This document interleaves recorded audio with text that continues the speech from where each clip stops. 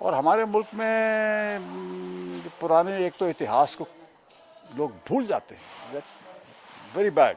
वो वोल्टेयर साहब ने कहा है, वोल्टेयर फ्रेंच राइटर थे, कि people, the nation that forgets its history is destined to relive it.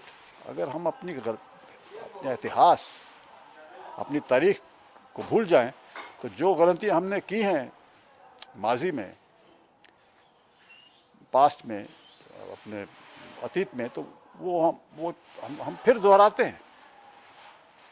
तो इसलिए कोई हमारे स्कूलों में, कॉलेजों में आजकल कोई इतिहास के बारे में सुनाता ही नहीं, पढ़ाते ही नहीं कि भाई हमारे बड़े बड़े यहाँ पे विराट हुए हैं, शाह, बादशाह, और बहुत बड़े बड़े, अशोक के ज़माने में एक हमारी एक हिंदुस्तान सारे दुनिया में प्रसिद्ध था।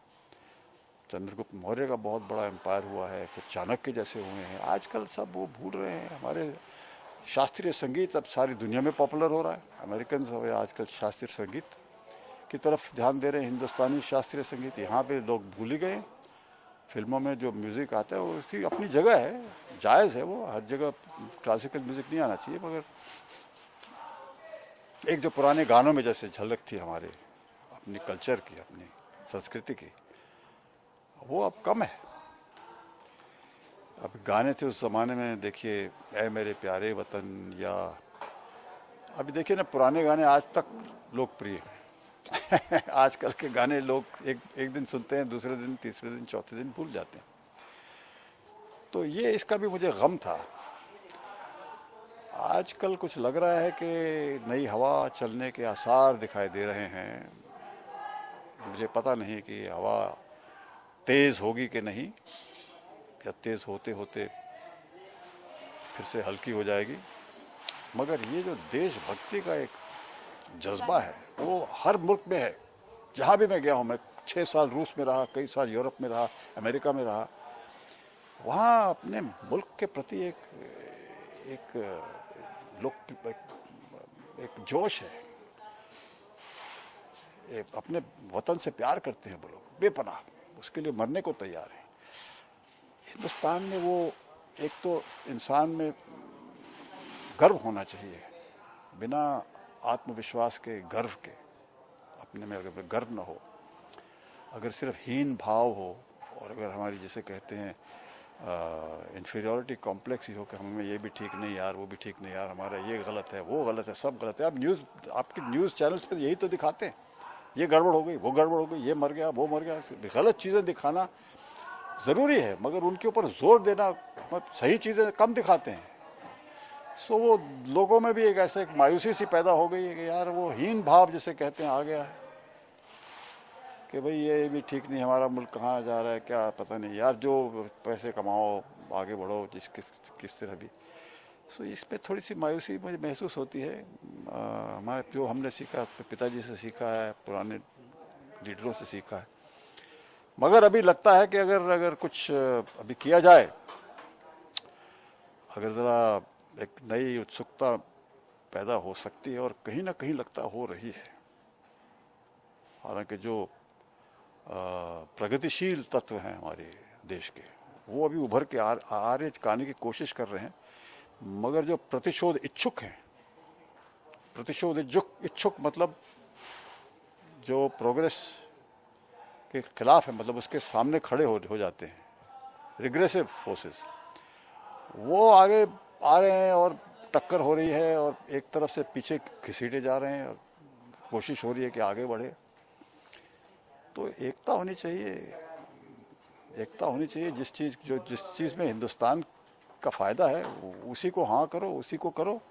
ये मत सोचो कि आप इस पार्टी के हैं, आप इस पार्टी के हैं, इससे लड़ना ही लड़ना यार, इसको लड़ो, इसको नीचे उतारो, इसका खात्मा करो किसी तरह से। अगली बार हमने जीतनी है, ये जीत हार तो चलती रहेगी यार, मगर इस मुल्क का क्या होगा वो सोचो आप। तो ये मेरे विचार हैं। आजकल इस 15 अगस्त, किसी ज़माने में जिस गर्व से हम लोग देखा करते थे झंडे को फहराते हुए, नेहरू साहब की स्पीच सुनते हुए, और एक आशावादी हमारी विचारधारा थी, सब बढ़िया होने वाला है, वही अब होना चाहिए फिर से। ये नौजवानों पर निर्भर है। नौजवान ये हमारी, देखिए आ गई हमारी संतोषी आ गई। इधर आ जा बेटा। नौजवान क्यों मैं सही कह रहा हूँ कि गलत? बैठ जा। नहीं, मैं यहाँ रहूंगी ना। नहीं, मेरी बिटिया जो संतोषी है और हमारी सबसे प्यारी बिटिया है, इस सेट पे ही भी नहीं बल्कि दुनिया में। I love this girl. और मैं इनको कह रहा था कि इस जिंदगी में आशावादी होना बड़ा जरूरी है। करेक्ट। खास तौर से नौजवानों में एक जोश होना चाहिए ट्रू। अपने मुल्क के बारे में, बिल्कुल। मुल्क के प्रति, अपने देश के प्रति, अपने काम के प्रति और अपनी सभ्यता के प्रति। हाँ, इंसान अगर आशावादी नहीं होता तो आज हमारा देश आजाद ना हुआ होता। बिल्कुल। उसके लिए हमने एक जंग लड़ी है, उसके लिए हमने जद्दोजहद की है, अपने खून बहाया है, सूली पे चढ़े लोग। तो वो एक जोश और जज्बा अब भी होना चाहिए लोगों में। कि मैं गलत जो तो नहीं हमारे कह बेटा? काकों में बहुत ज्यादा है। अभी काका जी ने कहा कि आज के जो युवा है वो इंडियन कल्चर काफी भूल रहे हैं, तो इस पे आप क्या कहेंगे?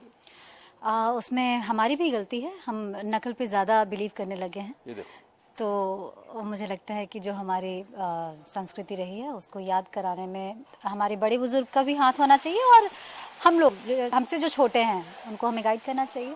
और हमारे पास तो काकू हैं। सही 100% सही कहा इसने। मैंने यही कहा था ना। इसमें परिवार का बात होता है। आप सरकार से नहीं बोल सकते या आप औरों से एक्सपेक्ट नहीं कर सकते। अगर आपको संस्कृति, बच्चों में आप संस्कार डालते हैं, संस्कृति आती है तो वो परिवार से ही शुरू होती है। तो मुझे लगता है कल्चर को बताना चाहिए और हमें पढ़ाना चाहिए, समझाना चाहिए बचपन से।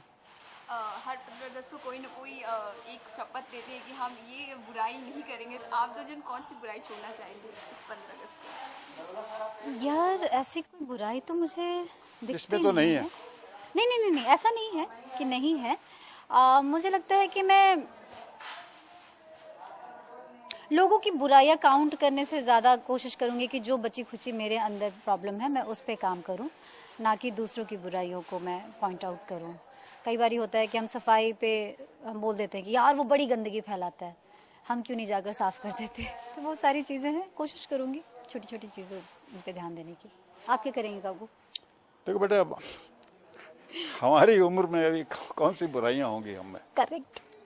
हमारी अब उम्र हो गई है। बुराइयां तो बहुत ज्यादा थी मुझ में, बहुत बेपनाह, बहुत ज्यादा थी।